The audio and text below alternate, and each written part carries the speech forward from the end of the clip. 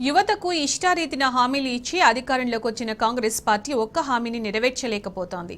ప్రతి ఏడు job calendar విడుదల, నిరుద్యోగ భృతి, మెగా డిఎస్సి, వేలాది ఉద్యోగాల భర్తీ అంటూ ఊదరగొట్టిన కాంగ్రెస్ నేతలు అధికారంలోకి వచ్చిన తరువాత మాట మారుస్తున్నారు. కాంగ్రెస్ మంత్రులు రోజుకో మాటతో యువతను గందరగోళపరుస్తున్నారు.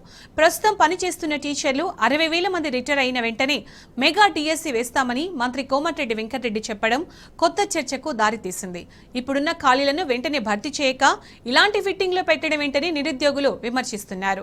ప్రస్తుత ఉపాధ్యాయులు రిటైర్మెంట్ అయితేనే ఖాళీలను భర్తీ చేస్తామనడం మోసం చేయడమేనని నిరుద్యోగులు తీవ్ర స్థాయిలో మండిపడుతున్నారు.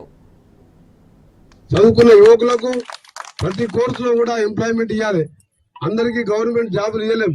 ఒక జాబ్ మేళ రేపు టీచర్స్ కి సంబంధించిన 60,000 మంది రిటైర్ అయితే వాళ్ళందరికీ కూడా మెగా టీచర్స్ జాబ్ మేళ అని చెప్పి ముఖ్యమంత్రి గారు అనౌన్స్ చేసిండు.